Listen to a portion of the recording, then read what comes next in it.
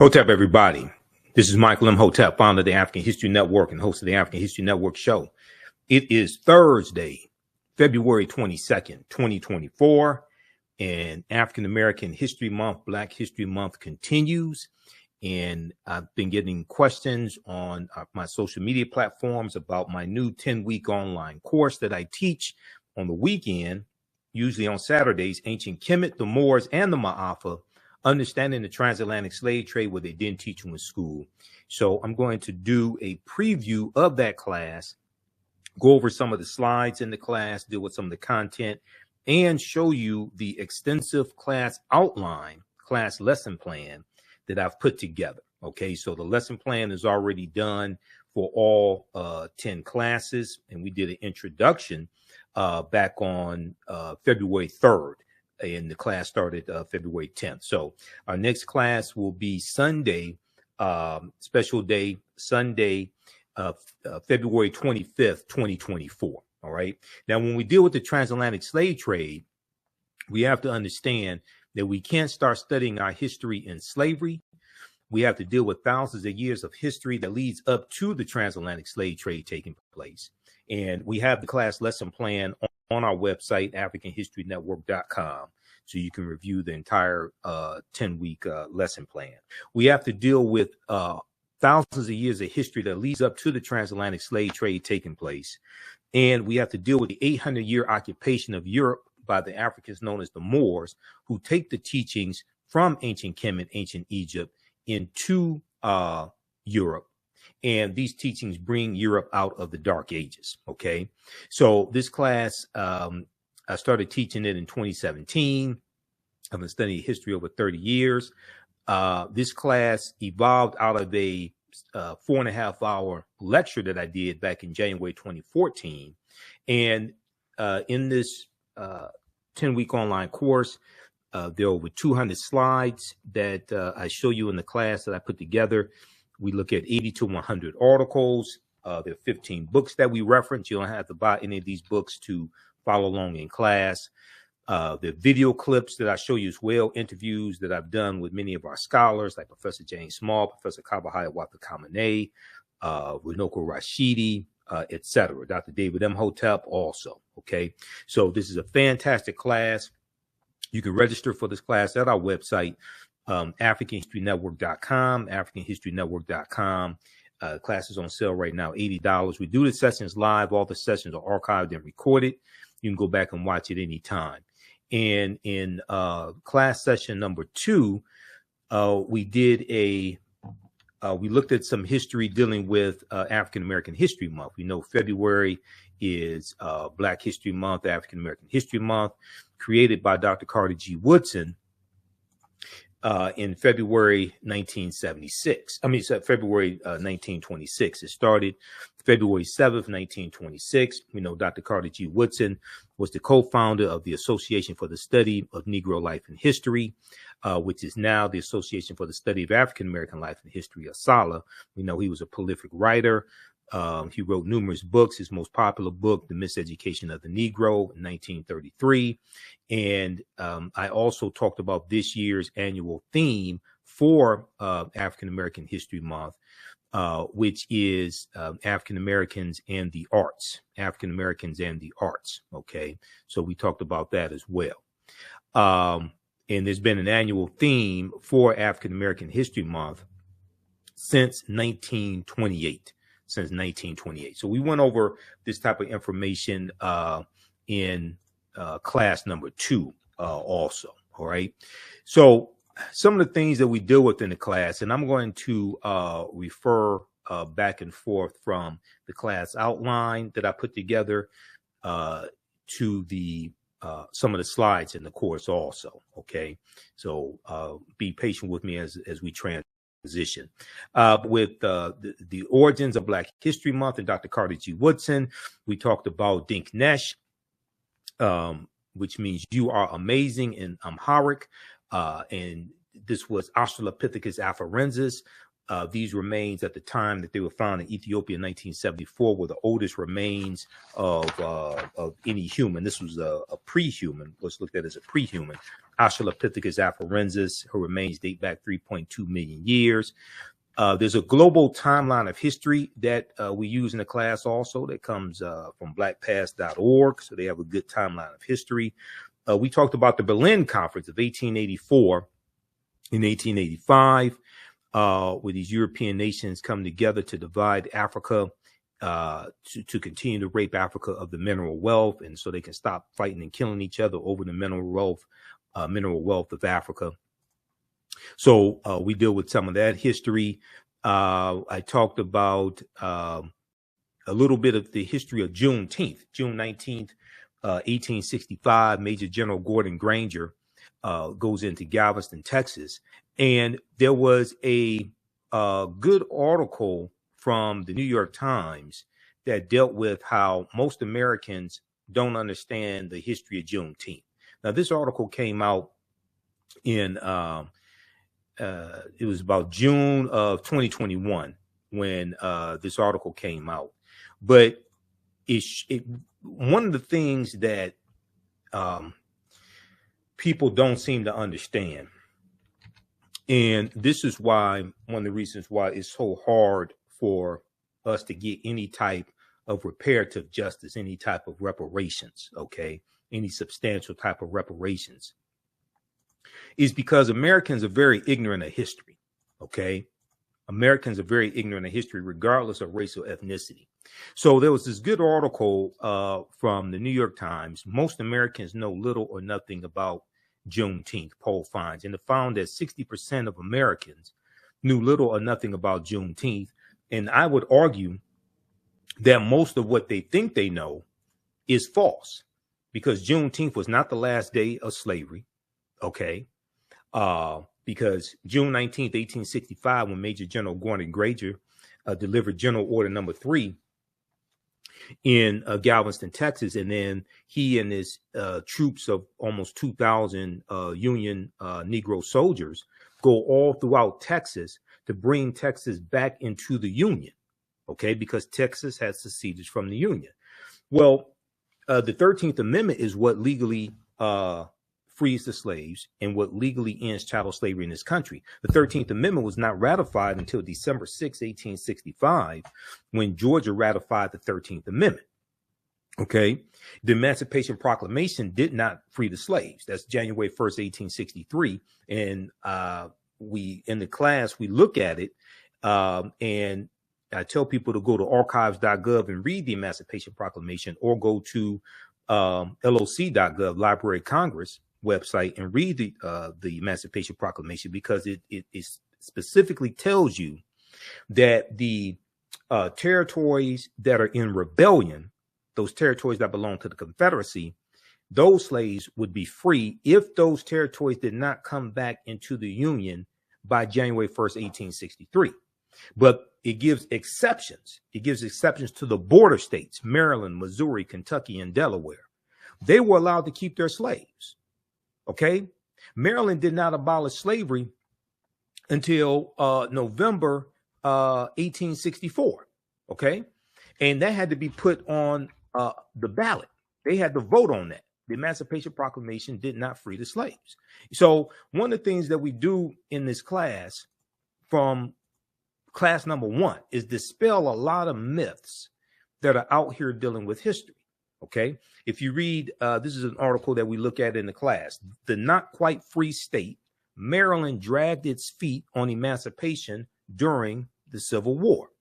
Now, this is from Washington Post, September 13th, 2013. Interestingly enough, September 13th is the day before September 14th, 1814, when Francis Scott Key wrote The Defense of Fort McHenry, which was a poem that became known as the Star Spangled Banner. And you see the video that I did dealing with the Black National Anthem and the Star Spangled Banner, how Francis Scott Key was a white supremacist slave owner who thought that African people were mentally inferior, and how the Star Spangled Banner the whole song is a white supremacist song, not just the third stanza. Okay. But the vote was, the final vote was 30,174 in favor of freeing the slaves to 29,799 against. November 1st, 1864, Maryland slaves were declared free only a few months before Congress would approve the 13th Amendment abolishing slavery. Now, this is almost 2 years after the Emancipation Proclamation. So there's a lot of this history in mainstream media that I hear being repeated during Juneteenth, all this stuff that's just false. Now, Juneteenth is very important. It's very important that Juneteenth became a federal holiday. One, that's the only federal holiday that acknowledges slavery. Okay. You do have Emancipation Day, which is April 16th. Okay. But that's recognized not as much. That's largely celebrated in Washington, D.C. Why is April 16th significant? April 16th, 1862, that's when the Compensated Emancipation Act of 1862 was signed into law by President Abraham Lincoln. It passed Congress, passed the House, passed the Senate. It was a bill sponsored by an abolitionist, Senator Henry L. Tyler, out of Massachusetts. But this bill abolishes slavery in the District of Columbia, and slaveholders in the District of Columbia were paid reparations of up to $300 for each slave that they own. Okay.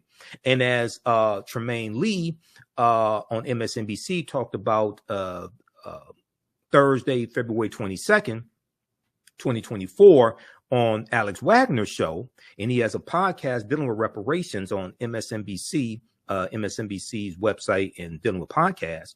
You had a few, maybe 5 or 6 African Americans who owned slaves because they bought family members out of slavery in the District of Columbia, and they collected on reparations also. Now, the slaves were never, those slaves that were freed were not given reparations. Read this article here from the, this is from Senate.gov. The Zen Education Project has one, but the one from Senate.gov has more information. Okay. Senate.gov is the official website of the U.S. Senate. Landmark legislation, the District of Columbia Compensated Emancipation Act. So I hear people misstate what happened. And I hear people say, I've been on panel discussions, and, you know, I've been on, you see me on Roland Martin Unfiltered on Fridays. I've been on, it's been over 3 years. I started October 20th, 2020, and been on almost every Friday since then. I hear people say, oh, slave owners were given reparations during slavery here in the U.S. The slaves weren't given anything. Okay. This only applied to the District of Columbia. This is why we have to do more research. And this is why a lot of this stuff floating out here dealing with reparations, don't take this the wrong way. A lot of this stuff, Senator Henry L. Wilson, I should say, Senator Henry Wilson, a lot of this stuff is not going to go anywhere. Because if you're seeking a legal remedy to a historical problem, then that would imply that you understand both law and history. And unfortunately, a lot of people pushing this stuff dealing with reparations don't understand either one. And I can listen to them and tell that. A lot of this stuff is not going to go anywhere. They don't know how to make legal arguments. And the other thing is, as we deal with in this class, and also in the second class that I teach, dealing with history from 1800 to 1968, race-based policies are illegal at the federal level based upon Title VI of the 1964 Civil Rights Act, Section 601, non-discrimination in federally assisted programs. Nobody wants to have that conversation. Okay. But if we look at this very quickly here, landmark legislation, the District of Columbia Compensated Emancipation Act. On a visit to Washington, D.C. in 1836, the site of a slave auction held in the shadow of the Capitol, the U.S. Capitol, convinced future Senator Henry Wilson of Massachusetts to, quote, give all land to the cause of emancipation, end quote. So he's elected to the U.S. Senate in 1855. This is 6 years before the Civil War begins, April 12, 1861. Senator Henry L. Wilson became a leading voice for the abolition of slavery during the U.S. Civil War. Okay, so make a long story short, the bill passes the House, passes the Senate. Okay, and then President Abraham Lincoln signs it into law April 16th, 1862. The bill freed enslaved people in the District of Columbia and compensated slave owners up to $300 for each person, that they own that was being set free. Now, the Hartford Daily Courant, Courant, celebrated that, quote, not a slave exists in their shackles have fallen, never to be restored, quote. In the months following the enactment of the law, commissioners approved more than 930 petitions granting freedom to 2,989 formerly enslaved people. DC Emancipation Day has been celebrated in the District of Columbia since 1862. Just 5 months later, September 1862, we know that was the preliminary Emancipation Proclamation, September 22nd, 1862. The Emancipation Proclamation was a military strategy that Lincoln used, and the purpose was to bring the South back into the Union. Okay. All right. Now, so read this here at Senate.gov. Senate.gov is the official website of the U.S. Senate. So there are 80 to 100 articles that we look at in the class. We go deep into this history. Okay. And in the second class that I teach on Sundays, we have that class starting up in June. Black resistance movements from the Haitian Revolution, U.S. Civil War, Civil Rights Movement, Black Power Movement, 1800 to 1968. We focus in on that period of history. And get deep into this history also. Okay. All right. Now, so we look at things like Juneteenth briefly to dispel some of these myths. We talk about Imhotep, one of the greatest people who ever lived in human history. Imhotep was a philosopher. He was a priest, physician, architect, mathematician, designer of the step pyramid for Nasubiti, Pharaoh Zoser in the Third Dynasty. And Imhotep means he who comes in peace in the ancient Medu Neter language. And these are some famous statues of Imhotep. Now, this is Imhotep, and this is not Imhotep. In the 2001 movie, The Mummy Returns, the villain's name was, one of the villain's names was Imhotep. And they have this Arab-looking Eurasian actor, Arnold Vosloo, portraying Imhotep. And in the movie, he was a villain. He was evil. Okay. So many of our children will see this and think that one of our greatest ancestors was evil. Okay. And not even of African descent. This is a theft of the history, more cultural appropriation, a theft of the history. Here's a picture of the step pyramid that Imhotep was an architect of. This was for Nasubiti Zoser in the Third Dynasty. And there's a couple of books also on Imhotep we reference in the class. This one right here by Dr. Malefi Kete Asante, who's a friend of mine. I just interviewed Dr. Asante in April of 2023, dealing with the whole Cleopatra the Seventh controversy and the documentary that Jada Pinkett Smith did in the series African Queens. The Egyptian philosophers, Ancient African Voices from Imhotep to Akhenaten. Okay, excellent book. They talk about all these philosophers: Ptahhotep, Imhotep, Kagemi, Sanchi, all these before Aristotle, Socrates, and Plato. Okay, and Imhotep, we see around 2700 BC he lives. Depending upon which timeline of history you look at, the timelines of history can be 200 to 300 years off. But we know at least 130,000 years of our history has been stolen. Okay, so I'm going to go back to the course outline. And once again, the course, as I said before, the course outline, we have it right on the homepage of our website, AfricanHistoryNetwork.com. Right at the top when you see the information for this class. So you can register for this class right now. We do the sessions live. All the sessions are archived and recorded. can go watch it. You can watch it anytime, even after the 10-week online course is over with. You can go back and watch the entire class. Okay.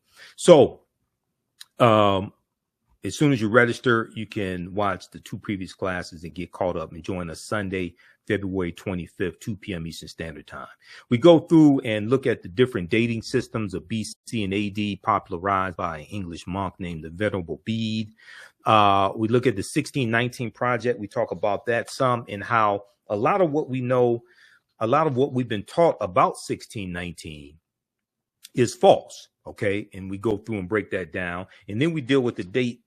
Even though 1619 did take place, August 20th, 1619, 29 Negroes are on, or 29 Africans are on the White Lion pirate ship. Okay. The White Lion pirate ship, which was an English pirate ship. A lot of the history surrounding 1619 is false. And when we look at the work from Dr. David Imhotep, who wrote the book, The First Americans Were Africans, Documented Evidence, and who was a friend of mine as well. We know he passed away in 2023. We see that African people have been in the land we call the United States of America going back at least 51,700 years. All right. Now, in 1619, codified slave laws didn't even exist in any of the 13 colonies. Codified slave laws. The first colony to have codified slave laws is going to be Massachusetts in 1641. Comes to Virginia around 1660. It hits the different colonies at different times.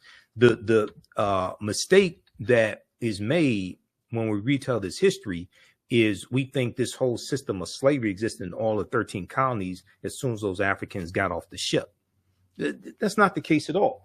And if you read chapter 2 of Before the Mayflower by Lerone Bennett Jr., this is the 6th edition, he lays out a lot of that history. And we see the way we think this history evolved is not actually how it happened. Okay. And that's why you have to study Bacon's Rebellion in 1675, 1676. But this is a historical marker here at in Point Comfort in Virginia. And there's a good article called Much of What We've Been Told About Virginia 1619 First Africans is Wrong. 1526 doesn't get talked about enough. And you had the Spanish who were trying to set up a permanent settlement here in the Georgia, South Carolina area. And they take 100 African slaves into that area in 1526. Those Africans are going to have a revolt and disappear. It's believed they went to go live with Native Americans. But this is 93 years before Jamestown, Virginia. How is it fixed? 1526 doesn't get talked about. But like I said, African people were here for tens of thousands of years before slavery existed, and we were here for thousands of years before the people who we call Native Americans came into existence. If you read The First Americans Were Africans, Documented Evidence by Dr. David Imhotep, and his new book came out in late 2021, The First Americans Were Africans, Revised and Expanded. On page 14 of his first book, he lays out evidence from an archaeological discovery in 2004 by Dr. Albert Goodyear in Allendale County, South Carolina, that shows an African presence dating back at least 51,700 years ago. And they look at 13 pieces of evidence, 13 different types of evidence. They found artifacts, architecture, campsites, carvings, Egyptian writings, footprints in lava, genetic M174D haploid groups dealing with DNA and genetics, linguistics, paintings, skulls, skeletons, structures, and tools. They found 13 different types of evidence, categories of evidence that thoroughly documents an African presence dating back at least 51,700 years ago. Now, this is before Native Americans came into existence. Now, this is not to take anything away from Native American history, but we all know that African people were the first people on the face of the earth. One of the things we look at in the class are archaeological discoveries. And there was an archaeological discovery coming out of Morocco in June of 2017 that shows how they found Homo sapiens. They found remains of Homo sapiens that date back 300,000 to 350,000 years ago And this was found in Morocco. These are over 100,000 years older than the earliest remains that they had found of Homo sapiens sapiens, or modern man, Homo sapiens, that date back 195,000 years ago in Ethiopia. So the deeper they dig, the blacker the planet gets, the more research they do, the older we get. So when these different archaeological discoveries come out, they have to keep pushing the timelines back. You know, Juvenile had the song Back That Thing Up. When these archaeological discoveries come out, they keep having to back that thing up. They keep having to back the timelines up. And when you study a lot of these discoveries, the scientists are saying that now they have to rethink everything. These archaeological discoveries are pushing the timelines back. And they're saying they have to rethink everything. So we've been led to believe that African people were the first people on Earth, but they went all around the world, but did not come to North America.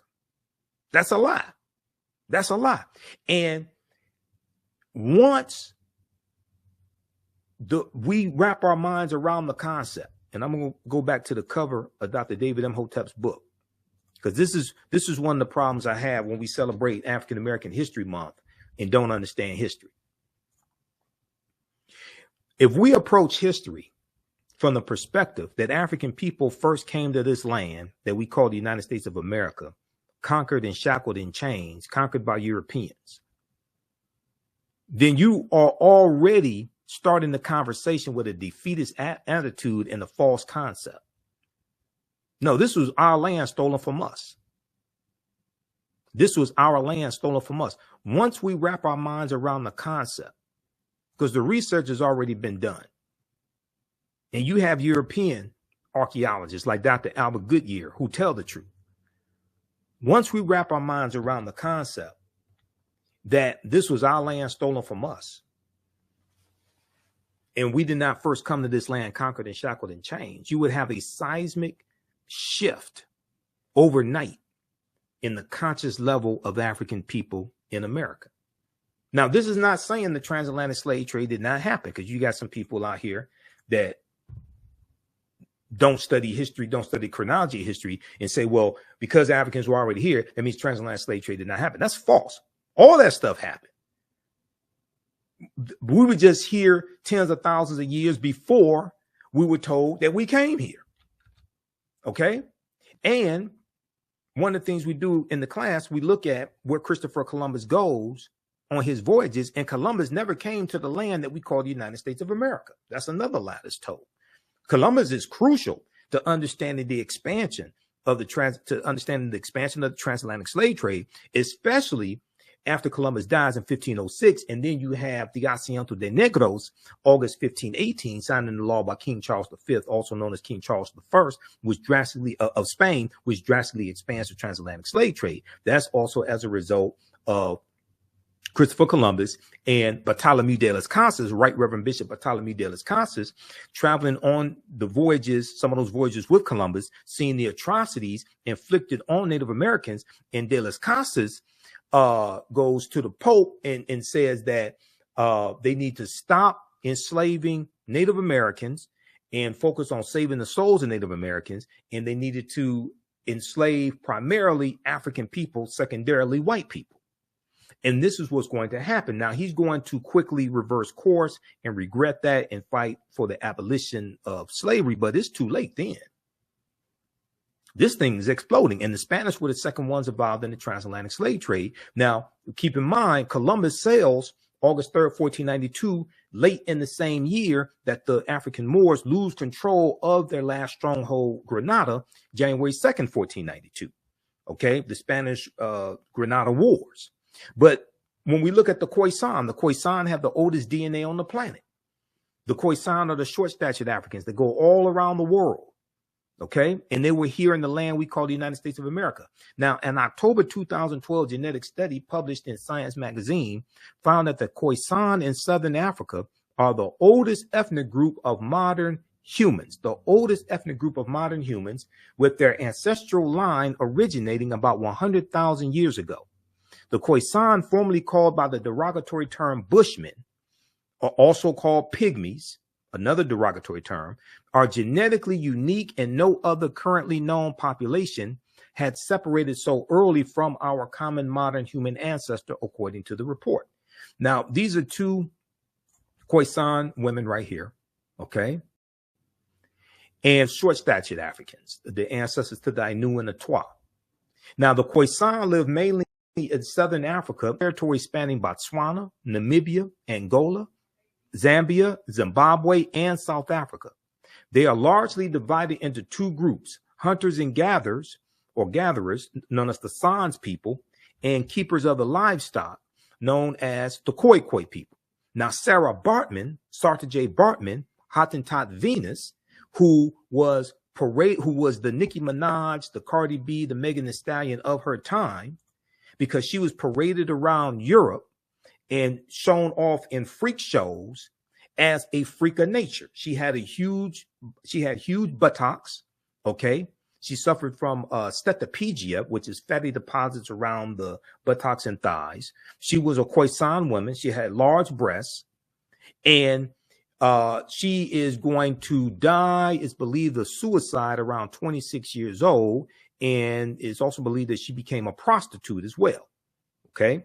So you go study, and I actually did a video dealing with the history of Sara Baartman, who was Khoisan, who was Khoi. You see striking parallels between her and Megan Thee Stallion, Cardi B, Nicki Minaj, Ruby Rose, Sexy Red, Sukihana, except she was sold into slavery, doing it unwillingly. Today, we've been convinced to dehumanize ourselves for money, and we do it willingly. Let that sink in. Now, the Khoisan languages include the distinctive click sounds, the click language, that are not found in the languages of their neighbors. There's a good article from AtlantaBlackStar.com called 5 Ethnic Groups That Prove the First Humans Were Black. 5 ethnic groups that prove the first humans were black. Okay, so we go through and look at this history, look at archaeological discoveries, all different types of things like this, and provide you with the evidence. Okay, and if we go back here to the course outline, and like I said, I've been teaching this class since 2017, and the course has evolved immensely since 2017. Okay, and here, this is the first time that I've taught the class when I have the whole course outline completed up front and published as well. Okay, so you all can check this out at our website, AfricanHistoryNetwork.com. You can register for this online class right now. The content is PG-13. You can use this information with your children also. Okay. We talk about the film Black Panther. The film Black Panther deals with African history, African culture, African language, African spiritual systems. There are 11 different African cultures that we see represented in the film Black Panther, but also the language spoken in the film Black Panther is a Bantu language called isiXhosa. Okay, isiXhosa is a real African language, so we deal with that. And then we talk about the skit from the Richard Pryor Show, 1977, where Richard Pryor is a Egyptologist. 1909 is 1909 in Egypt, and this deals with why the history and culture, or why all this was stolen. He comes across the book of Coming Forth by Day, or what they call the book of life in the skit. So we talk about Bantu languages as well, like Kwanzaa is a Bantu language. And there's also a piece that deals with Black Panther, Wakanda Forever is rich in mythology. And it talks about the real life African and indigenous inspirations behind what we see in the film Black Panther. Okay. One of the things I deal with early in the class is the term African American. And we go through early on to dispel a lot of this misinformation that's floating around out here. A lot of people, and I don't know where this lie started, but a lot of people are under the misinformation, under the misimpression or misinformation that the term African American was created by the Reverend Jesse Jackson. That's blatantly false. Now we know Reverend Jesse Jackson, as well as other African-American scholars, reintroduced the term African-American in the late 1980s, right around 1988, 1989. Okay. But as I posted on Facebook, and I posted it again today, this is an excerpt from the book Malcolm X Speaks.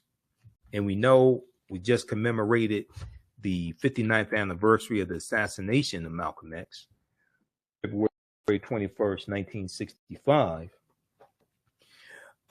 In the Ballad of the Bullet, April 3rd, 1964, when Malcolm delivers the Ballad of the Bullet in Cleveland, Ohio, at Corey Methodist Church, he uses the term African American. And on page 36 of this book, in the Ballad of the Bullet, he uses the term African American. And what I'm going to do is, let's see here. Let's throw this up. Try to expand this as much as I can.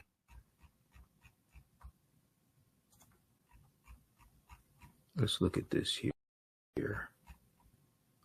So here's the post. I also posted this on our fan page, the African History Network as well.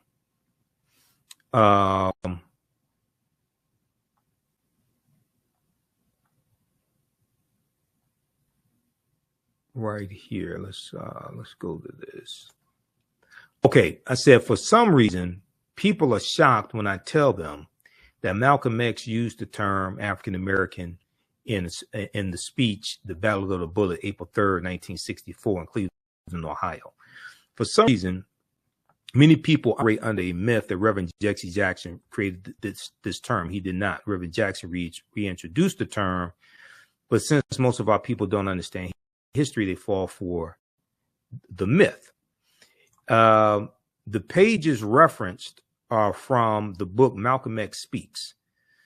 It looks at some key speeches he made in 1963 to 95.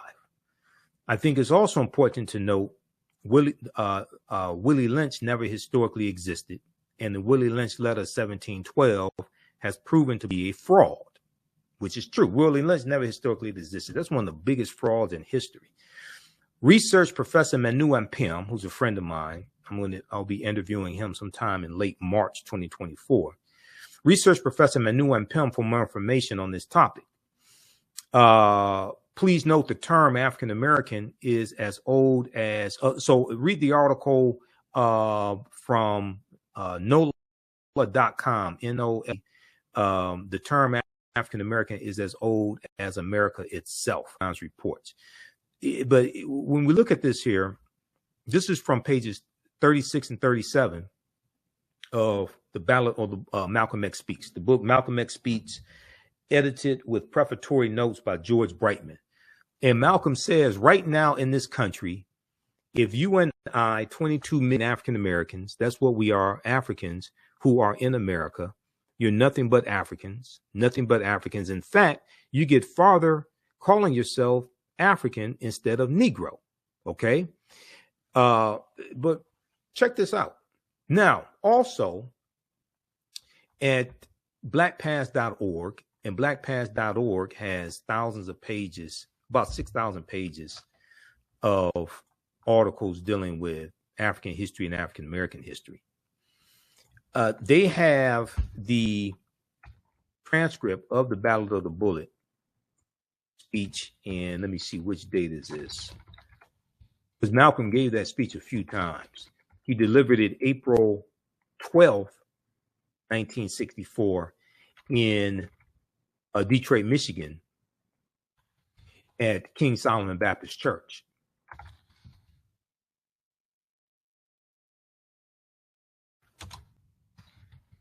But let me pull this up from Black Past. Because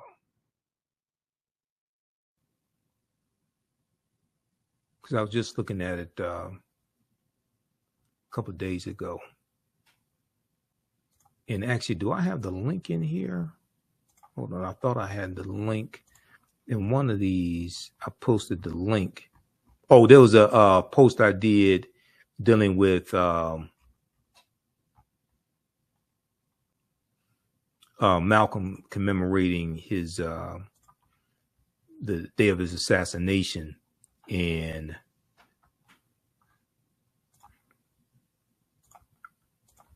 I have the link to the Ballad of the Bullet there. But let me pull this up right quick for you.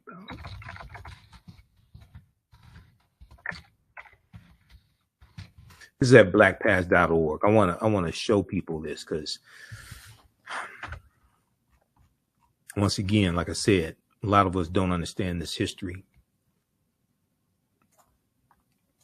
Okay, so this is at blackpast.org, 1964, Malcolm X, The Ballad of the Bullet. This is the version from April 3rd, 1964 in Cleveland, Ohio. All right. And if we go here, right here, right now in this country, if you and I, 22 million African Americans, that's what we are, Africans who are in America. Okay. This is Malcolm. We were using the term African Americans in the 1960s.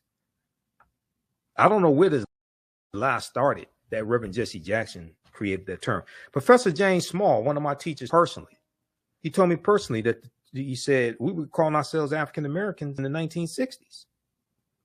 So let's, during African American History Month especially, can we please expose these myths and stop spreading these lies? Willie Lynch never historically existed. Jesse Jackson did not create the term African American.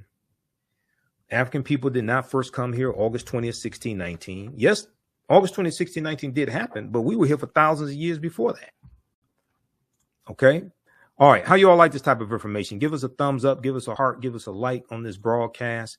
Now, if you like this type of information, you can support the African History Network a few ways. Be sure to register for the online history classes that I teach on Saturdays. Ancient Kemet, the Moors, and the Maafa, understand the transatlantic slave trade, what they didn't teach you in school. Visit our website, AfricanHistoryNetwork.com, AfricanHistoryNetwork.com. We do thousands of years of history and what leads up to the transatlantic slave trade taking place. This is a 10-week class. We're doing more than 10 weeks this time around. Next classes are Saturday, May 4th, Saturday, May 11th, Saturday, May 18th, and Saturday, May 25th, 2024, 2 p.m. Eastern Standard Time. Click right here to register here for the class. The class is on sale $60, regularly $130. We do the sessions live. All the sessions are archived and recorded. You can go back and watch it any time. So a year from now, 2 years from now, you can still watch the entire course. We have the lesson plan here for the entire course also already laid out, so you can look at the content that we cover. We deal with 80 to 100 articles, and I put together this class. I've been teaching this class on and off since 2017. Okay, I've been studying history 34 years now. Do lectures across the country. Been hosting the African History Network show 14 years, but we look at there's over 200 slides that I put together, 80 to 100 articles that we'll go through and look at, the 15 books that we reference. You don't have to buy any of these books to follow along in class. I'll show you excerpts of the books on the screen usually. And we look at video clips of interviews I've done with historians like Professor James Small, Professor Kabahai Wafa-Kamene, Anthony Browder, who wrote Nile Valley Contributions to Civilization, which is one of the books we use in the class, Runoko Rashidi, who wrote Black Star, The African Presence in Early Europe, which is another book that we use in the class. Okay, so you can register for this. Its content is PG-13. You can use this information with your children as well. Visit our website, AfricanHistoryNetwork.com. AfricanHistoryNetwork.com. Okay, and we'll post the link here. The link's in the thread of this broadcast. And you can support us through PayPal and Cash App, $ the AHN show through Cash App, $ the AHN show through Cash App, and through PayPal, paypal.me / the AHN show. So we have the information right here on the website as well. This is our official Cash App account, $ the AHN show, SHOW. When you go to it, it'll say Michael and show my picture there. These are fake African History Network Cash App accounts here that have been stealing money from us. There are a few other ones out there I've identified. I'm still trying to get them shut down. You can click right here on our link and it shows our QR code, okay, for Cash App. This helps us stay on the air, keep doing the research, pay some of the bills, etc. Upgrade equipment, take care of what needs to be done. You will never look at history the same way once you take this class. This class is going to blow your mind. I guarantee it.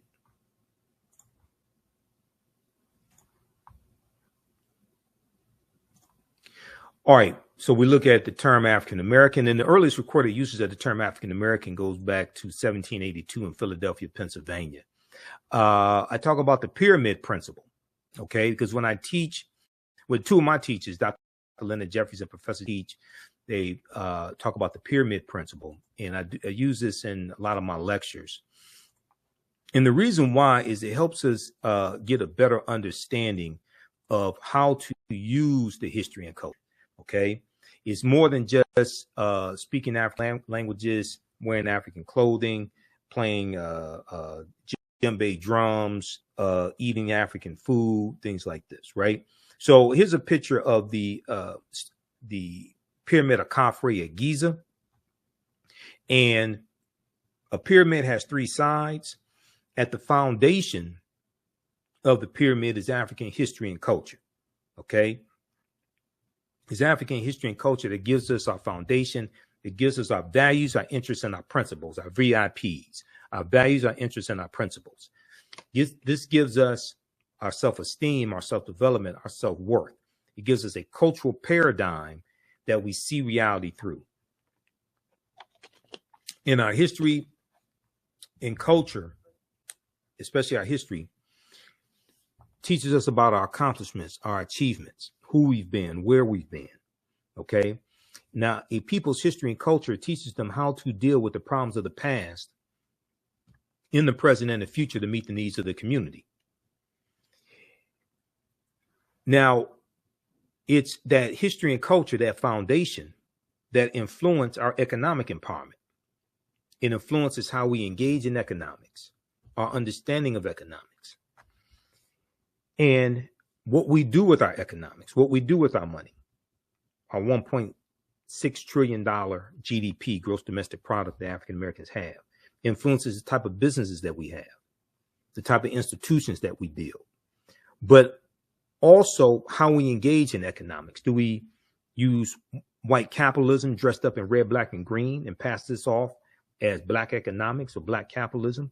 Or do we understand the cooperative system, cooperative economics, the co-ops, which is based upon principles that we brought with us from Africa, okay? And when we study the Free African Society of 1787, we study the Colored Merchants Association in 1928.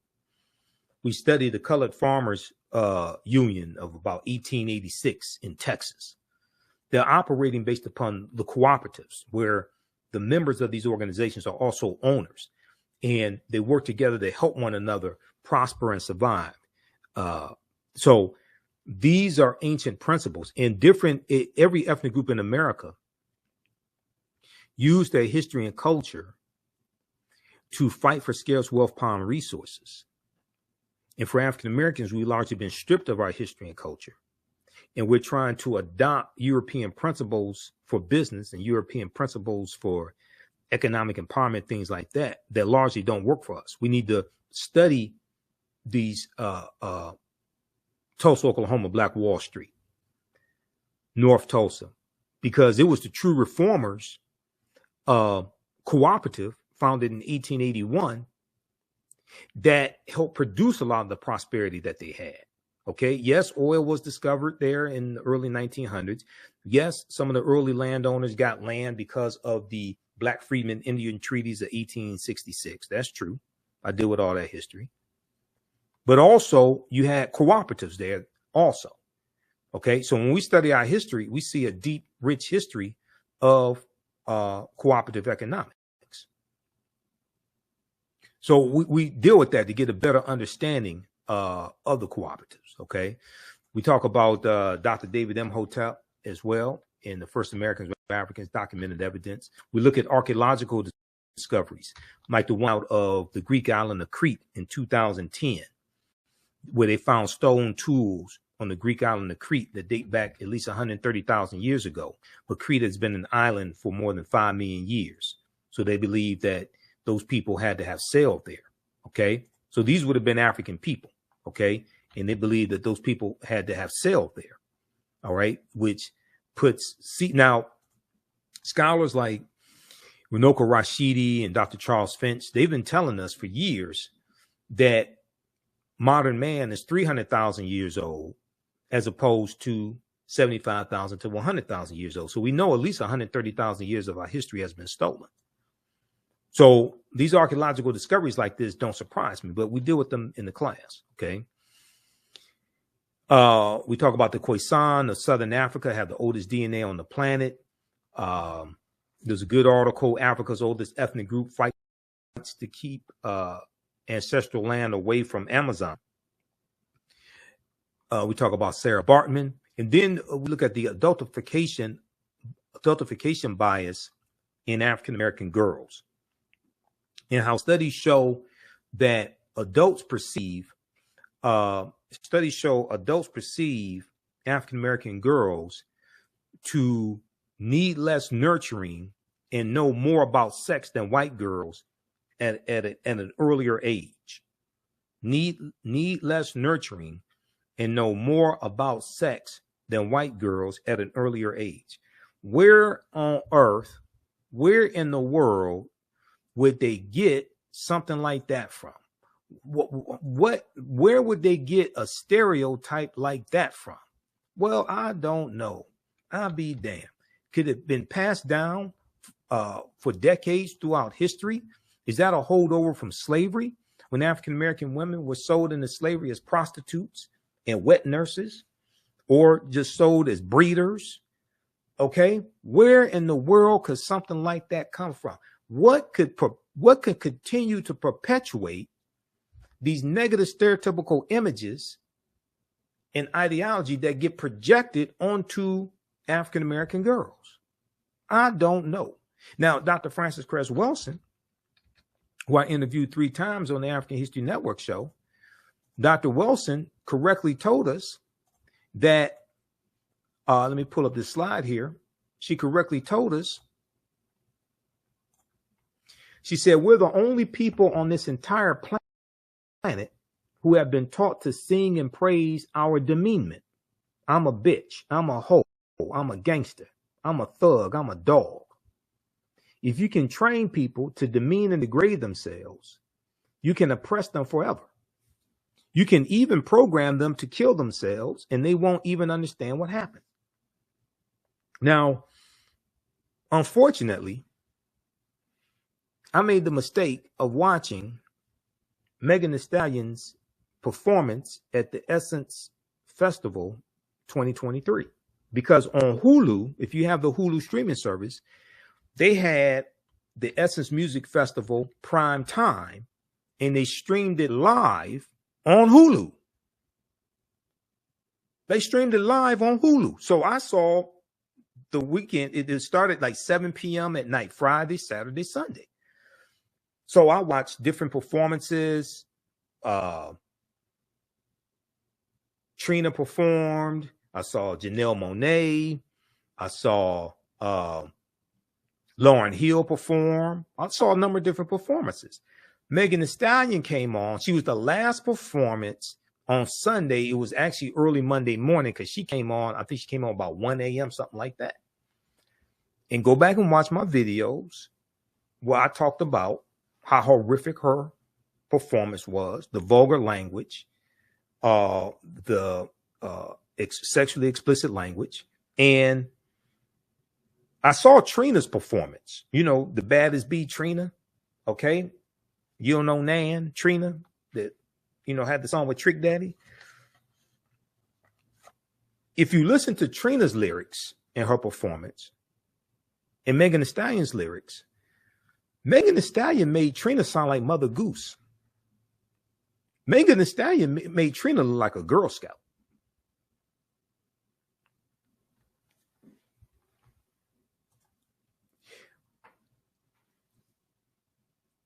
we think we're progressing in this area of the music. No, we're not. We're regressing. And the music is being weaponized against us. And too many of us don't understand history enough to understand the warfare that is being waged against us through the media, through the music. If you want to destroy a nation, you do it through the music, because the music hits the youth first. And they're least equipped to be able to fight back against it, to understand what's going on.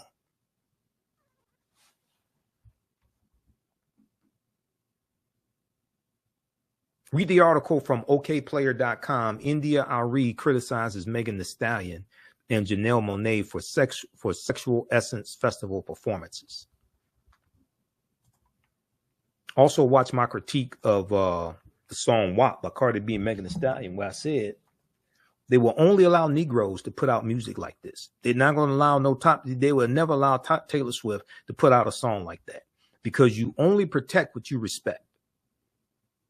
You only protect what you respect. They will never allow a top white female artist to put out sexually explicit lyrics like that, because they know it will bring about the mistreatment of white girls and white women. Now, yes, is there some mistreatment of white girls and white women? Yeah, ain't nothing like black women, nothing like the mistreatment of black girls. And they know if you put out music like that, it justifies the mistreatment. That's why they only allow us to do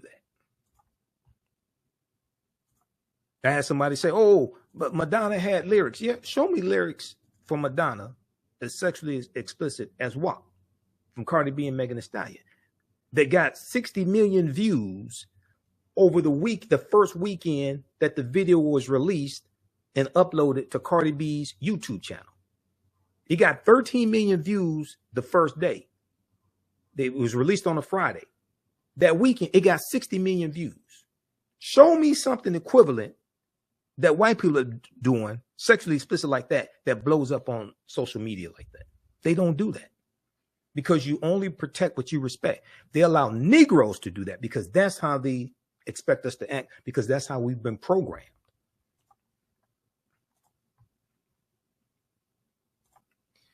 All right, now. So class number 3, we look at the study done with 130,000 years, the stone tools found on the Greek island of Crete 130,000 years ago. We look at the 2 lost Egyptian cities that we'll look at in the class. One is Tanis Heraklion, which was discovered it was revealed back in 2013. Tanis Heraklion, the lost city of Egypt. And it's believed that it sunk into the ocean about 1,200 years ago. The second one that we'll look at is called Dazzling Aten, and that was discovered just a few years ago. Dazzling Aten, another lost city of Egypt. We'll talk about the 17 pyramids that were found buried underneath Egypt in 2011.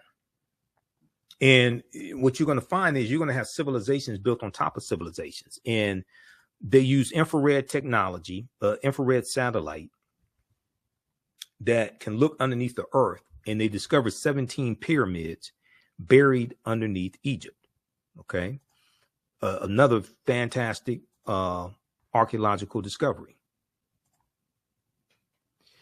So we look at also what are co-ops to get a better understanding of cooperative economics. So many people talk about co-ops, but oftentimes they never clearly define what a co-op is.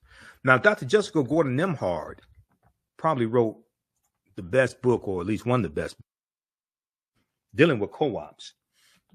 The name of her book is Collective Courage. So this is one of the books we cite in the class. You don't have to buy any of these books to follow along in class. Collective Courage, A History of African-American Cooperative Economic Thought and Practice. And I interviewed Dr. Jessica Gordon Nembhard back in 2014 because she was speaking here in Detroit. I interviewed her, and in the book, she gives example after example of example throughout our history of us using co-ops. And this is a part of history that is not talked about a lot. But what are co-ops?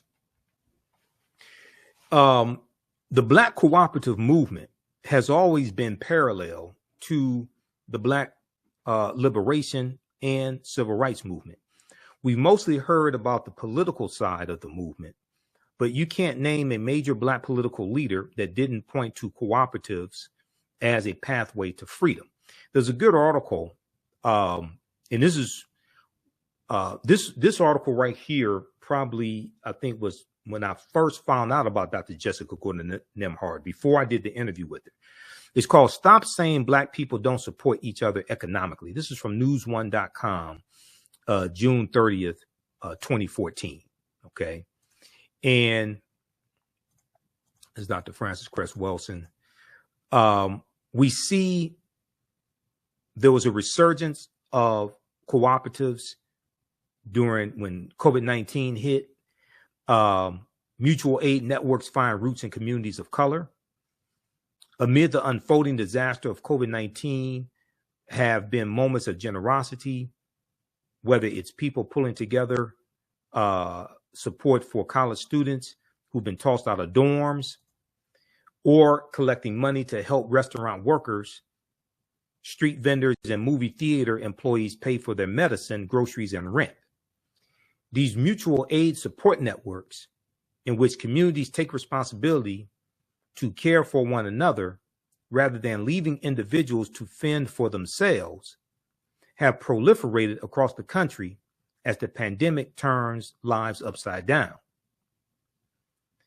The nonprofit organization Town Hall Project created Mutual Aid Hub to track all the various collective efforts when the coronavirus began its rapid global spread in March 2020.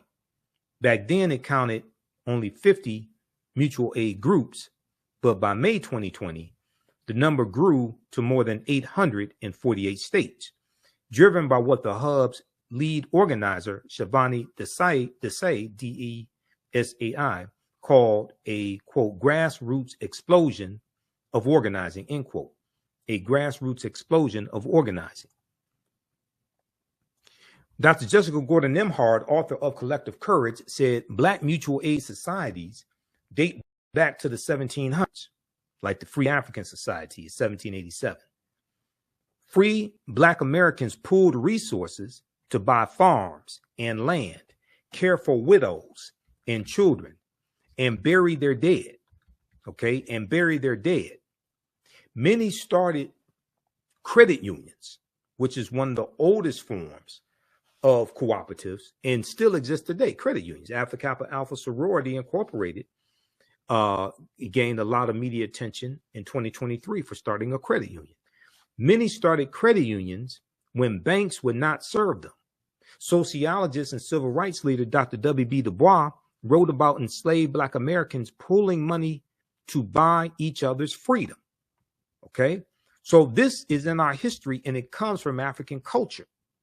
The African Union Society in Rhode Island was established in 1780 as the first Black mutual aid society on record, Dr. Jessica Gordon Nembhard said. The second was the Free African Society, which was founded in 1787 in Philadelphia by Richard Allen and Absalom Jones. And it was founded to provide aid to freed slaves who were denied resources by white institutions. One of the most famous examples of mutual aid are the Black Panther Party survival programs from the late 1960s, through which members distributed shoes, transported elders to grocery stores, offered breakfasts to children, and more. Okay, so this is in our history. Now, like I said, a people's history and culture teaches them how to deal with the problems of the past in the present and the future to meet the needs of the community. And what's happened is we've largely lost that history. We largely don't know that history of how we were economically successful in the past, even those who were freed during slavery, and how many of them were able to economically prosper. Okay. All right, so let me continue. All right, so we talk about Dr. Jessica Gordon Nembhard. We talk about this discovery, this dealing with DNA, Y chromosome in father of all humankind is 340,000 years old. Dealt with a man named Albert Perry in South Carolina who found his DNA traces back to an ancestor 340,000 years ago, about 338,000 years ago. We're older than we thought. New find pushes human origin back 100,000 years. This is the article from NBCnews.com. Now, when these archaeological discoveries take place, all the news outlets have these articles. NBC, ABC, CBS, MSNBC, CNN, NBC News. A lot of times, even Fox News has articles on this. Now, on cable news, you may only see 30 seconds to a minute, if that. But all these news outlets, you go online, they have articles on these archaeological discoveries. We talk about the African presence in Asia and the Khoisan, Sara Baartman, Sara J. Baartman. Another discovery, mastodon skeleton found in California, dates back about 130,000 years ago. And the paleontologists are saying that the skeleton was smashed apart, and the way it was smashed apart had to be smashed apart by humans.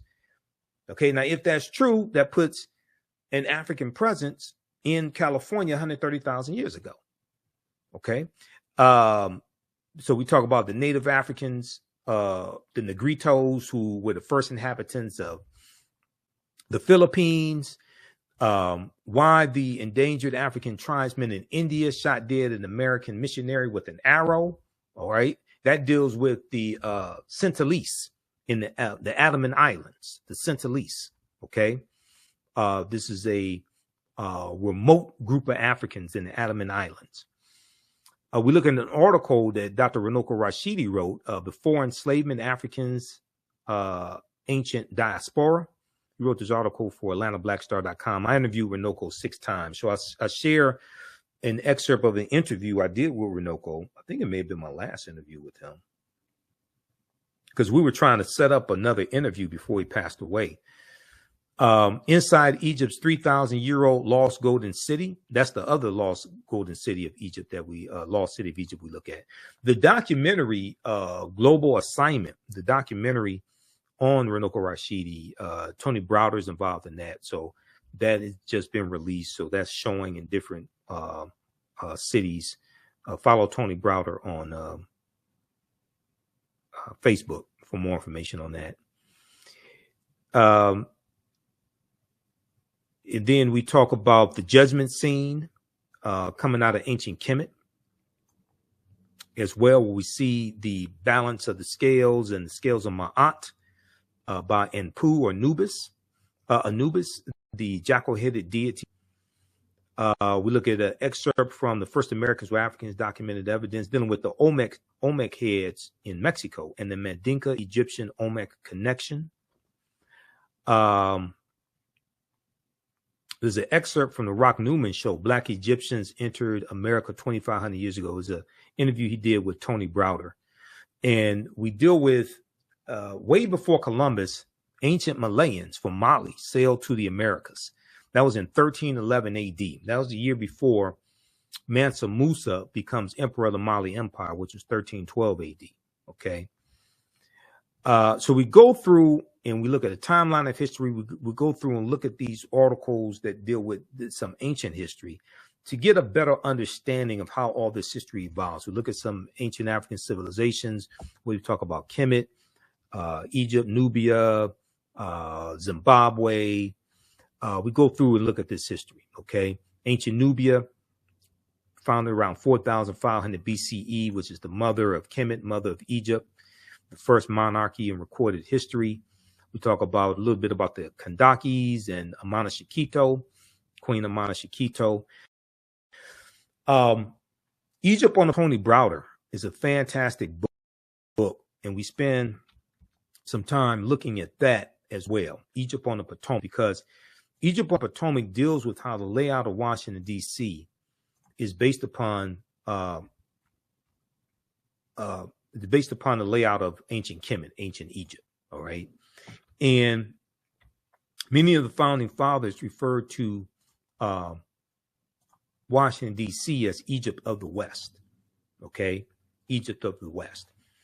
So when we look at the Washington Monument, that's 555 feet tall. The Washington Monument is a copy. It was actually a ancient African symbol of resurrection called a Tekken, coming from the story of Sara Baartman and Heru, who the Greeks called Osiris, Isis, and Horus. And there were about 1,200 Tekkenu all throughout ancient Kemet, ancient Egypt. Okay. Today, they're less than 12 today. Today, they're less than 12. So we see a picture here of a Tekkenu, or a Tekken for singular, Tekkenu for plural. We see this here in Egypt, and we see that they've been taken to other cities around the world. Tekkenu from ancient Egypt, taken to cities around the world. London, England, New York City, Paris, France, as we see the ones here. There's a good article from face-to-faceafrica.com called Cleopatra's Needle, How 3 Ancient Egyptian Obelisks Ended Up in New York City, London, England, and Paris, France. And in this, an excerpt of the article says, ancient Egyptians called obelisks Tekkenu. Now you will see Tekkenu spelled a few different ways. And they were also used to tell the time in the past. They were also used to tell the time in the past. Their pinnacles were basically covered in gold to reflect the sunlight. Historians say that obelisks represented immortality and eternity, and their long structure helped connect the heavens and the earth. Currently, Cleopatra's Needle is the name given to 3 ancient Egyptian obelisks, one in New York City, one in London, England, one in Paris, France. However, they do not all come from one Egyptian site. Okay. The obelisks in New York and London are carved out of red granite from the quarries of Aswan, a major source of stone for Egyptian antiquities. The 2 obelisks were commissioned by Nesubiti or Pharaoh Thutmose III for the Temple of the Sun in Heliopolis near modern-day Cairo, with each weighing about 224 tons and 68 feet tall.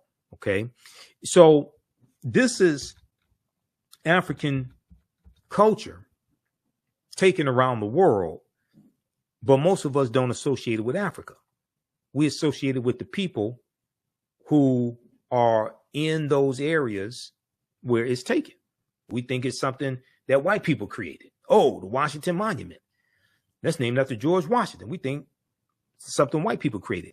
But the foundation of Freemasonry are the teachings from the ancient Egyptian mystery system. Okay? Now, here's a famous statue of Sara Baartman and Heru, who the Greeks called Osiris, Isis, and Horus. Asar, the father, is in the middle. And in the class we deal with, Heru being born of a virgin birth on December 25th. And where a lot of this stuff comes from. Okay? So that gets recycled and reinterpreted through various people's cultures over thousands and thousands of years. There are approximately 1,200 Tekkenu or obelisks built in ancient Kemet, but only about a dozen are found today, or less than a dozen are found today in Egypt. Many of the Tekkenu removed from Egypt are now in Istanbul, Turkey, London, England, Paris, France, Berlin, Germany, New York City, Rome, Italy, Vatican City, and elsewhere throughout the world. The Tekkenu are now called obelisks by their new owners, and few know their origin or that they symbolize the resurrection of the African king Asar. Now, this is from page 17 of Egypt on the Potomac by Tony Browder. Tony's a friend of mine. I just interviewed Tony. That was March of 2023. We talked about the importance of Nile Valley civilization history. Okay. That interview got about over 50,000 views on our YouTube channel. My YouTube channel is Michael Imhotep, Imhotep. You can go check out that interview. This is a copy of Egypt on the Potomac right here. Just bear with me because I have books all over the office. I need to get another bookshelf. This is Egypt on the Potomac right here. This is one of the books we use in the class. Once again, you don't have to buy any of these books. We show you excerpts on the screen. But this is an excellent book to get. Egypt on the Potomac, as well as Nile Valley Contributions to Civilization by Tony Browder. Okay. Now, when we look at Freemasonry, because we have to look at Freemasonry, we look at that in the class, in the relationship to ancient Egypt, ancient Kemet, the Nile Valley region of Africa. The word Mason is derived from the Latin words mass and sun. Mass and sun, S-O-N. Mason means child of light and expresses the desire to pursue light, which is a metaphor for the sun, which symbolizes knowledge. The term child of light, or sons and daughters of light, was first used to identify students who had completed 42 years of study in the temples of ancient Kemet. Many Masonic temples were modeled after the temples of ancient Kemet, places where light or knowledge was imparted in a series of steps or degrees.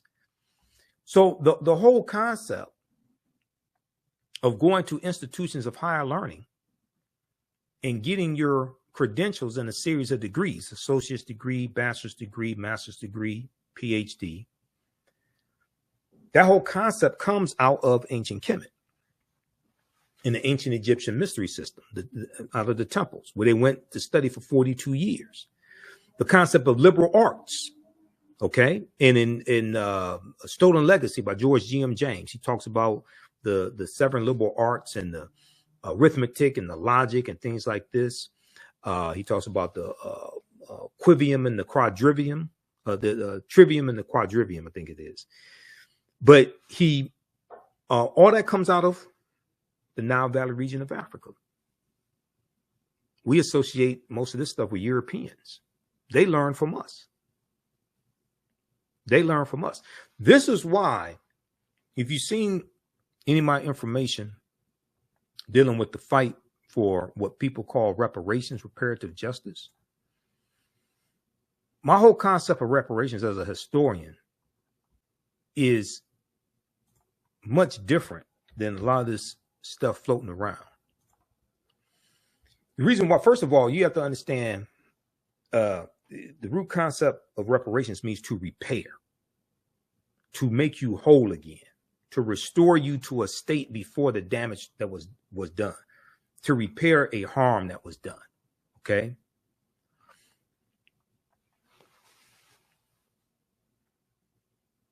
If we're talking about repairing the damage done to African Americans, you first have to analyze who African people were and what African people had before they were put into an institution of slavery that largely stripped us of our history, culture, language, spiritual systems, folklore, mores, family ties, nationality, okay? Cosmology. Cosmology deals with the understanding of the universe as an orderly system. Cosmogony deals with the understanding of the origins of the universe, and that's based upon people's culture.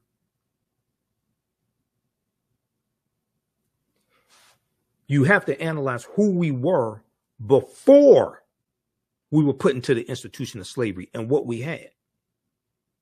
If you want to talk about repairing the damage of something, if you start the conversation with us already enslaved, stripped of those things, that means you don't understand that you don't understand.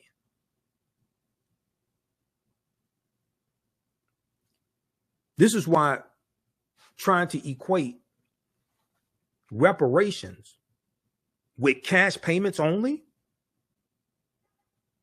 and you think you can repair that damage with just cash payments, and you're going to give a people who've been stripped, who most of us still hold the last names of our former slave masters and have been taught to hate ourselves, who have been psychologically damaged, If we all got $1 million a day, white people will have it all back by this time next week.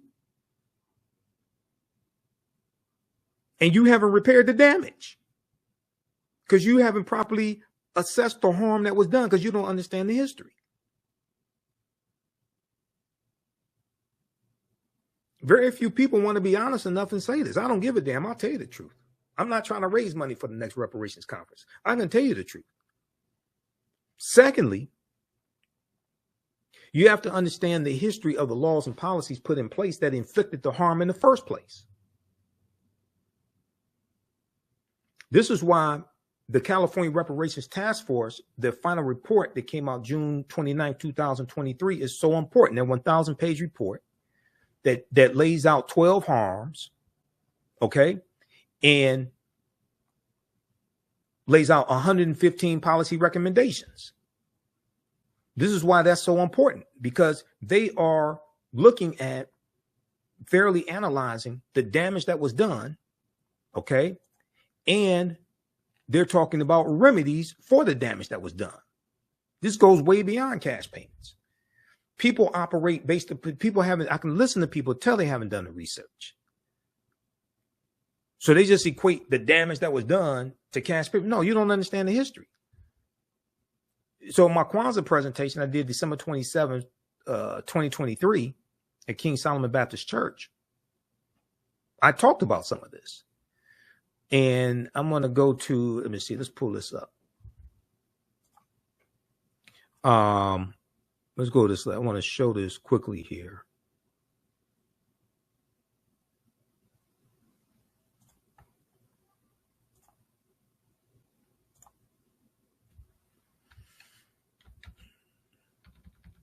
Because most people haven't read the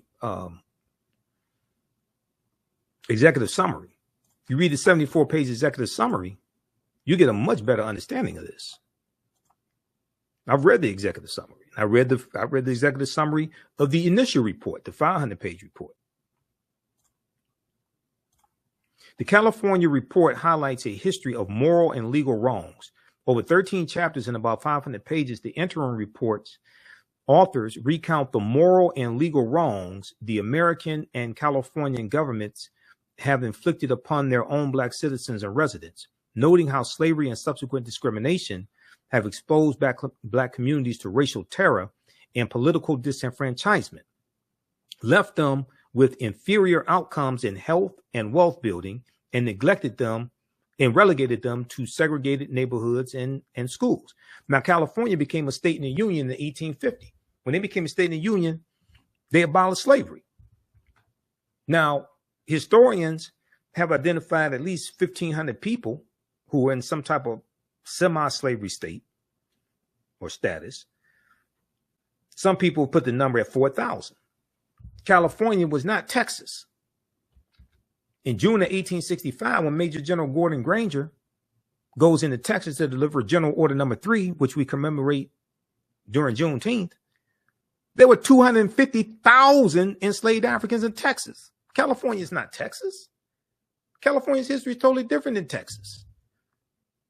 But the reparations reactionaries haven't studied the history. So they think California is the same as Texas and Mississippi, Alabama. No. But California does have a deep history of racism. Okay, racism, segregation, redlining, housing discrimination, political disenfranchisement, etc. So they lay out 12 harms here in their final report. Well, in the interim report and the final report. 1, enslavement. 2, racial terror. 3, political disenfranchisement. 4, housing segregation. 5, separate and unequal education.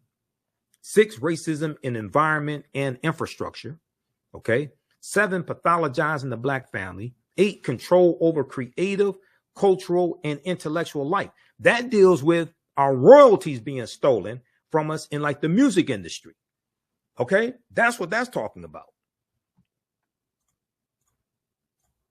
9, stolen labor and hindered opportunity. 10, an unjust legal system. 11, mental and physical harm and neglect. 12, the racial wealth gap.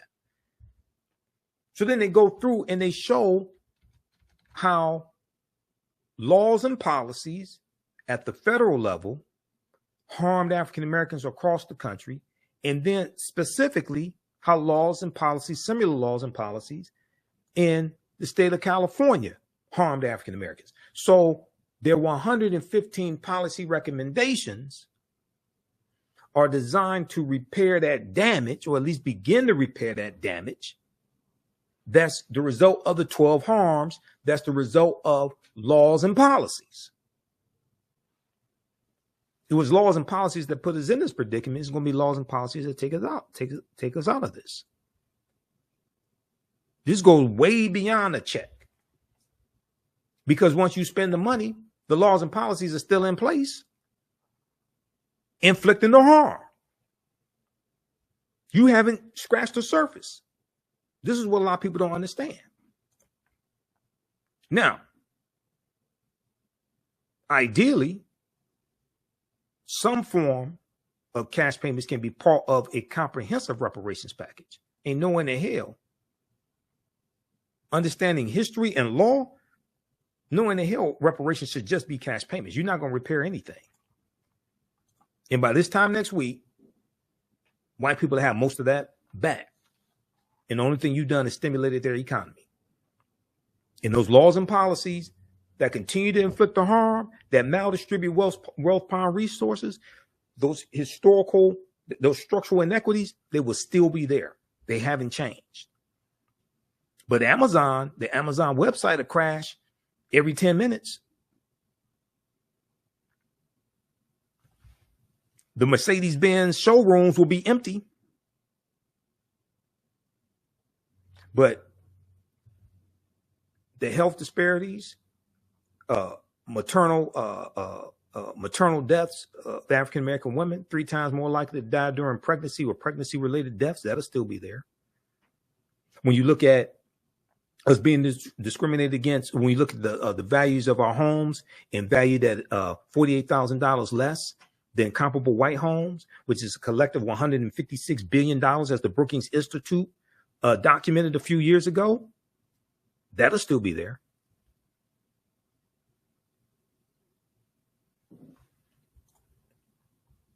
So we have to understand comprehensive reparations, but first you have to analyze, you have to study the history of what happened.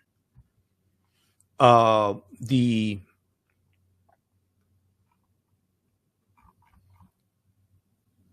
this is the interim report right here. This is the executive summary from the interim report. Just Google California Reparations Task Force, it will come up. And then I have the link here also. You can go to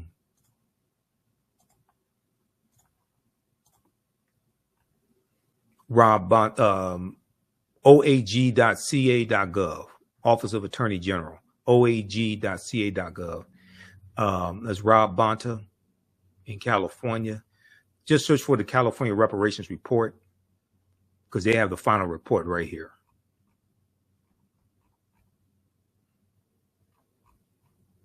And then you can read the full final report. You can look at the executive summary. It's broken up into chapters, all of that.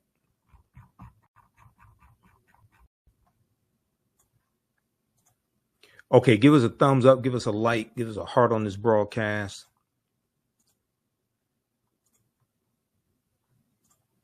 Be sure to register for this 10-week online history course that I teach ancient Kemet, the Moors, and the Maafa. Understand the transatlantic slave trade, what they didn't teach you in school. So we talk about Egypt on the Potomac. I saw an interview that Tony Browder did on News One Now with Roland Martin back in 2015.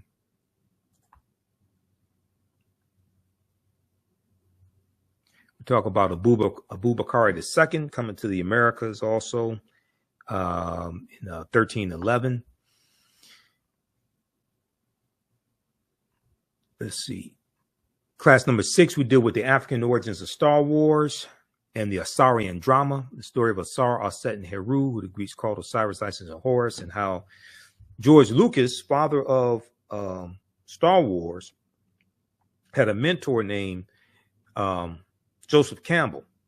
And Joseph Campbell wrote a book called The Power of Myths. or the power of myth. And Joseph Campbell taught him about all these myths. One of those myths was about Asar, Auset, and Heru. We look at excerpts from Nile Valley Contributions to Civilization by Tony Browder and deal with the story of Asar, Auset, Heru, and the virgin birth. Heru being born on December 25th to the virgin Auset. We talk about Benjamin Banneker as well, and the surveying of Washington, D.C., the Dogon tribe of Mali and Burkina Faso, who discovered the invisible star centuries before Galileo invented the telescope. And they talked about the Series A and Series B star systems. We look at an excerpt of an interview I did with Professor Kaba Hiawatha Khamenei dealing with the African origins of Star Wars and the Assyrian drama. Talks some about Queen Tia, the 18th dynasty, the wife of Amenhotep III, mother of Akhenaten and grandmother of Pharaoh or Nasubiti King Tutankhamun. The relationship between Memphis, Tennessee, and Memphis, Egypt. Talk about the Druids in Ireland and how the Druids were practicing a watered down version of the teachings from ancient Kemet, from ancient Egypt. And the Druids being killed by a British slave named Patrick, who became canonized as a saint. So in class 7, we talk about Hannibal Barca, and we know that Denzel Washington is going to portray Hannibal Barca, the Carthaginian general, in a movie directed by Antoine Fuqua, director Antoine Fuqua. I did a video about that. So we talk about Carthage. And Carthage is one of those African empires that Europeans try to claim as their own.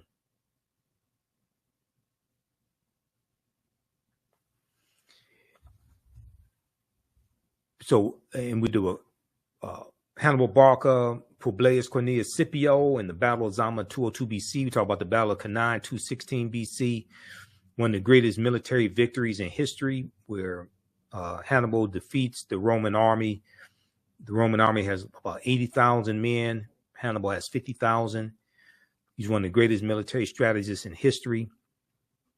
And we deal with why Africa was not named after Publius Cornelius Scipio, because he takes the surname Africanus, and Africanus is Latin, means belonging to Africa. He takes the surname Africanus after he defeats Hannibal Barca at the Battle of Zama in 202 BC.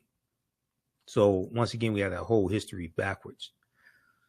We look at the relationship between the teachings coming out of the Nile Valley region of Africa and the development of European secret societies. We look at Joie de Piet, Black Pete, who was a Moor and was the sidekick to Sinterklaas, Saint Nicholas. And this is the precursor to Santa Claus. This is the precursor to Santa Claus. This is where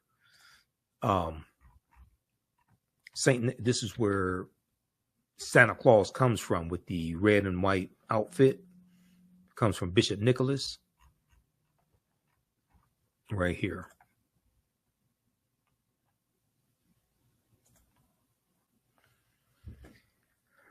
So there's a whole backstory to this myth also. So we deal with that. Let me pull up the slide. So we deal with this also in the class, because this shows it continues to show the influence of the African Moors. And in the Netherlands, in early November, they celebrate Sinterklaas and Joie de Piet coming to the Netherlands, coming on a steamboat from Spain. And we know it was the Iberian Peninsula, Spain and Portugal, where the Moors go in 711 AD, led by Tariq ibn Ziyad, and the Moors are going to conquer the southern portion of Spain.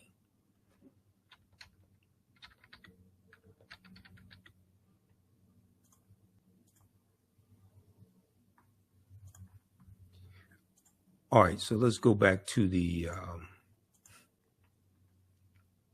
course outline. So we look at what is a patron saint and what is the relationship between patron saints in Christianity and the Neteru in ancient Kemet, ancient Egypt.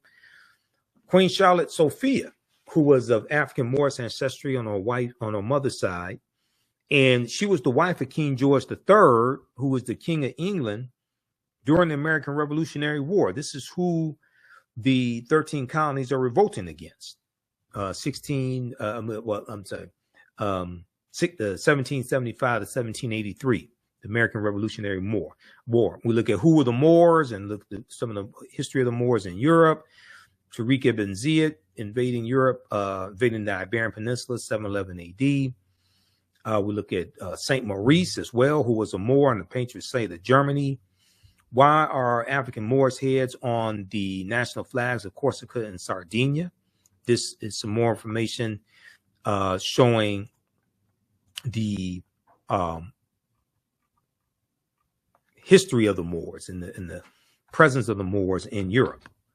These African Moors heads, because the Moors were there in Corsica and Sardinia, and it took a monumental effort to defeat them. So they're right on the national flags of these island nations.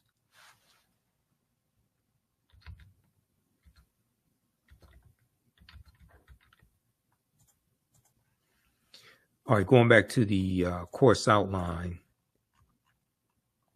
So class number 8, we look at how did the Moors lose power in Spain? And one of the books we reference is Golden Age of the Moor, edited by Dr. Ivan van Sertima. I have that book around here somewhere. Oh, right here. Golden Age of the Moor. One of the best books dealing with the history of the Moors during the medieval time and in Europe. Golden Age of the Moor, edited by Dr. Ivan van Sertima. Dr. Jose Pimenta Bay is one of the baddest scholars on the history of the Moors. He has a essay in here. Ranoko Rashidi has an essay in here as well. So we talk about the Crusades some, and the first Crusades, 1096 AD. Who were the Knights Templar? And the Knights Templar are important because they were taught by the African Moors. And they learn some of the teachings from ancient Kemet, ancient Egypt, become very powerful. Okay. We look at excerpts from Christopher Columbus and the African Holocaust, Slavery and the Rise of European Capitalism by Dr. John Henrik Clark.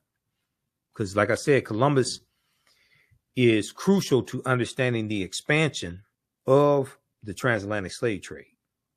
Okay. And we look at where Columbus goes on his 4 voyages. He never comes to the land that we call the United States of America. The closest he comes here is Cuba, which is 90 miles away, about 90 miles away.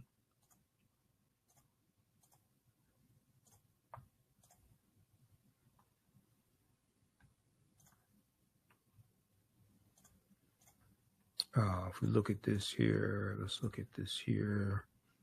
Where's Columbus? Oh, that's the wrong one.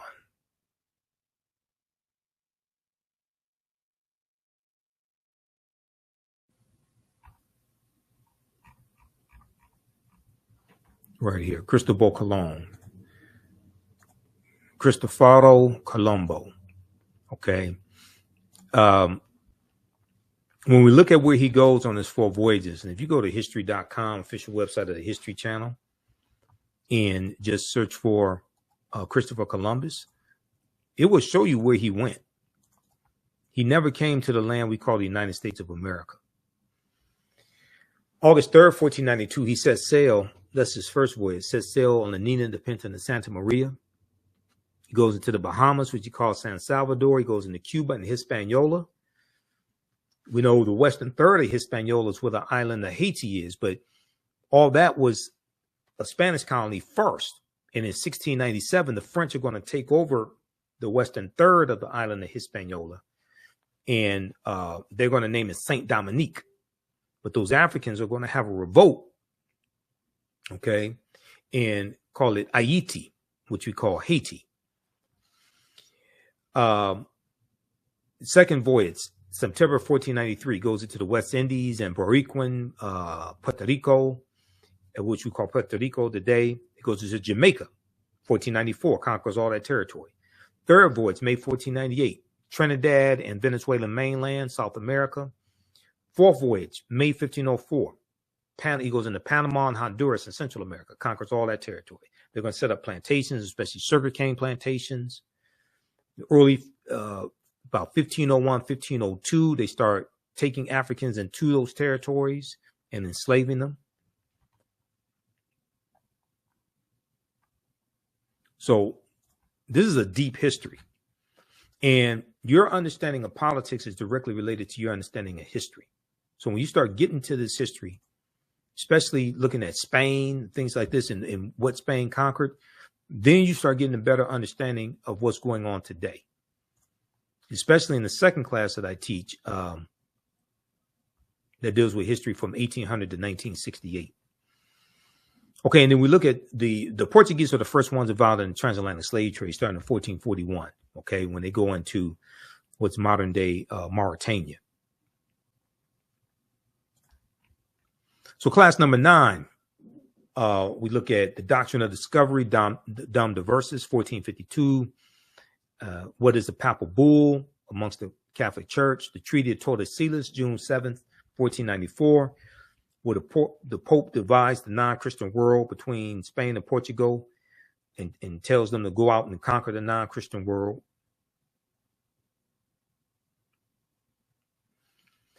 We look at the Spain begins to take African slaves into the Caribbean islands around 1502. King Charles V and the Asiento de Negros. Okay, King Charles V and the Asiento de Negros of 1518, because you can't understand the expansion of the transatlantic slave trade without understanding the Asiento. And oftentimes people talk about the transatlantic slave trade and don't mention the Asiento. Okay, that's Spain. And this was a license that the Spanish crown gave to slave traders to supply Spanish colonies with enslaved African people. What was the middle? We look at what was the middle passage of the transatlantic slave trade to get a better understanding of that. And there was an essay that Dr. Maleficenti Asante wrote in 2010, rebuking and refuting Dr. Henry Louis Skip the Truth Gates, as one of my teachers, Dr. Leonard Jeffrey, calls him, because oftentimes he skips over the truth. Dr. Henry Louis Gates Jr. And it deals with Gates is wrong about the African involvement in the slave trade, because Gates wrote this op-ed for the New York Times in 2010 called Ending the Slavery Blame Game. And he makes the false argument that Africans were as equally culpable for the transatlantic slave trade as Europeans, which is totally false. That's a lack of understanding of history. So this is an excellent article by Dr. Maleficenti Asante, who coined the term Afrocentricity back in the 1980s. We look at the role of insurance that insurance companies played in slavery. When did the first African come to America that we know of by name? That was probably Juan Garrido in 1513 in Florida. Comes into Florida with the Spanish conquistador Juan Ponce de Leon. Bacon's Rebellion of 1675-1676 in Virginia, and how it planted the seeds of race-based slavery, but also planted the seeds of racism that we still see evident today. To understand what's going on today, you have to understand Bacon's Rebellion. You understand Bacon's Rebellion and those that group of about 500 rebels who were being exploited on the tobacco plantations in Virginia, and how they unite. You have enslaved Africans, free African Americans, white indentured servants, poor whites, and they realized that they were all being exploited by the same people. Okay, and they had a rebellion, and in December of 1675, they burned down the town of Jamestown, Virginia. December 1675, they burned down the town of Jamestown, Virginia. Okay, now I don't know if this was the inspiration for the song, the roof is on fire. We don't need no water, you know, but it very well could have been. And there's a good article from Britannica.com, the history of the idea of race, the history of the idea of race.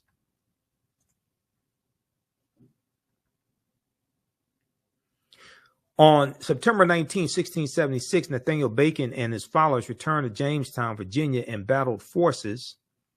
Let me see, that was September. It was in December 1675 where they burned down the town of Jamestown, Virginia. But this is a deep history here.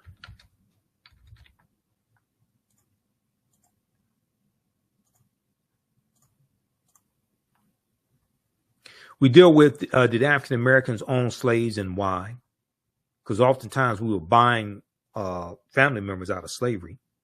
Okay.